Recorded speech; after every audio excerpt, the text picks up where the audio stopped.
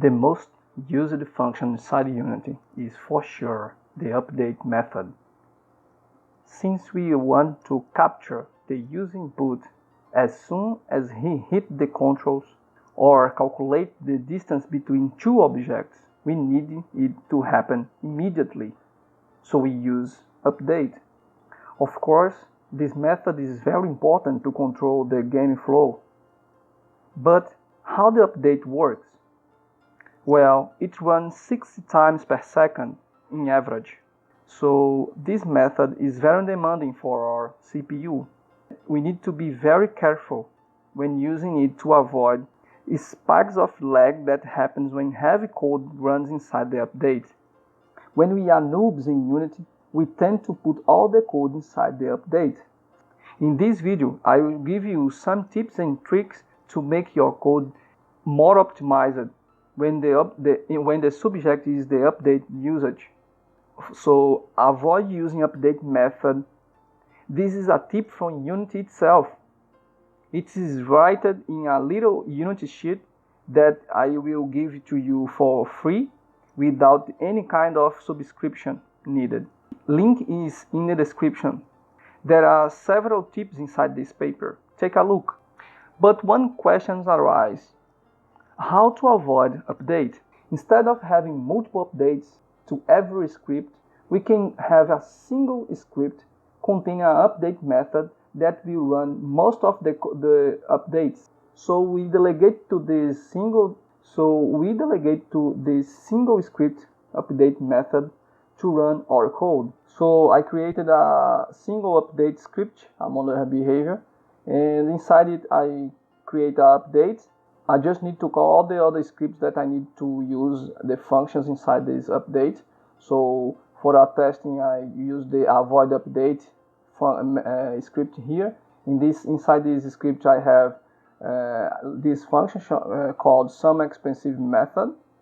Inside that I have the debug.log SumExpensive method.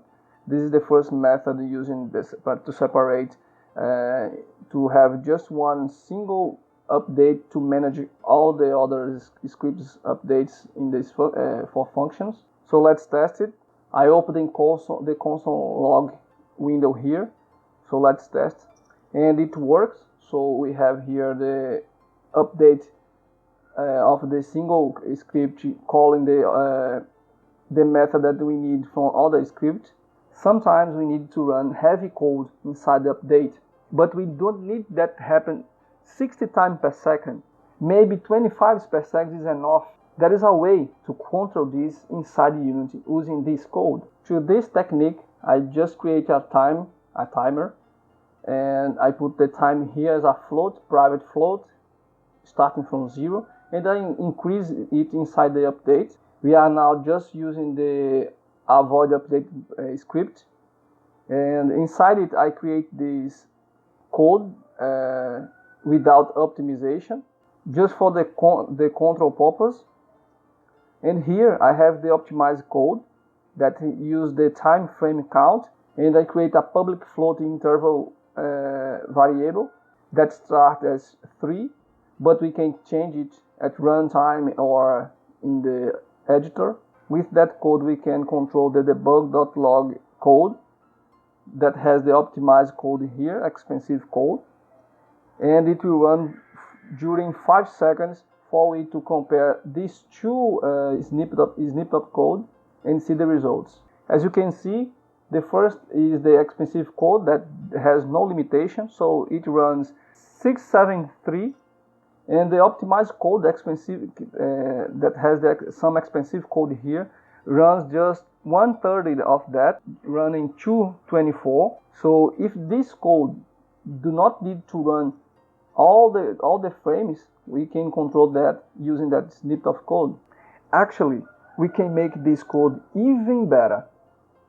If you have several pieces of code that are expensive and do not need to run at the same time, we can use this code.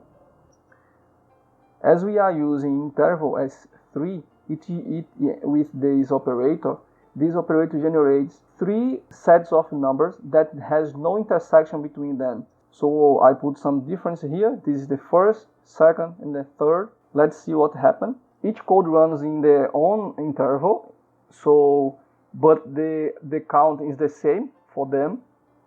So this is a great technique to separate some snippet of code that are very expensive, so they will not run at once, but each one will run in each frame separately. Other way to avoid using updates is to use coroutines. With coroutines, we can control how many times it will run. A good example is when we want to make our timer inside the update. We can make it with coroutine.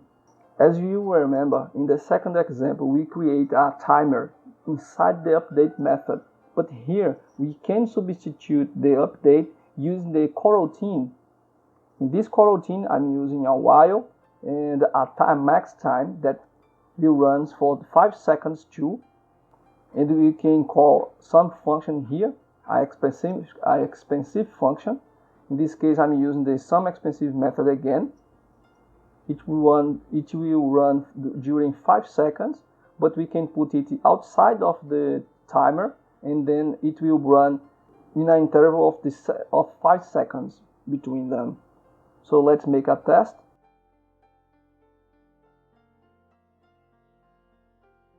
So this code will just run once each 5 seconds.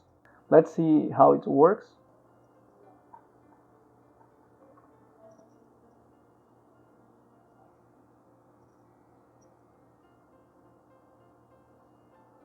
And now, after 5 seconds, let's count the timer here. I'm sorry guys, I forgot to put the timer as 0 again. So now it works as a timer. Of course, we can make the code a little less complicated, but I think that the way we can understand a little better. Now, once a second, it will run, and again, so we can have a great control over that code. So we can control how many times it will be called. As you can see, we can call it several times. We can call it use some interval time. So it's a great technique. Other way to avoid update, but is not so general, is using delegates. As a personal challenge, try think one case using coroutines. It's a good exercise. With these techniques, we are optimizing our game a lot. This is the end of our update method adventure. I would ask you to take a time and subscribe to the channel and give a like to this video. It will help a lot the channel growth. Doing this, the next videos can reach you. Thank you for watching. See you in the next video. Cheers!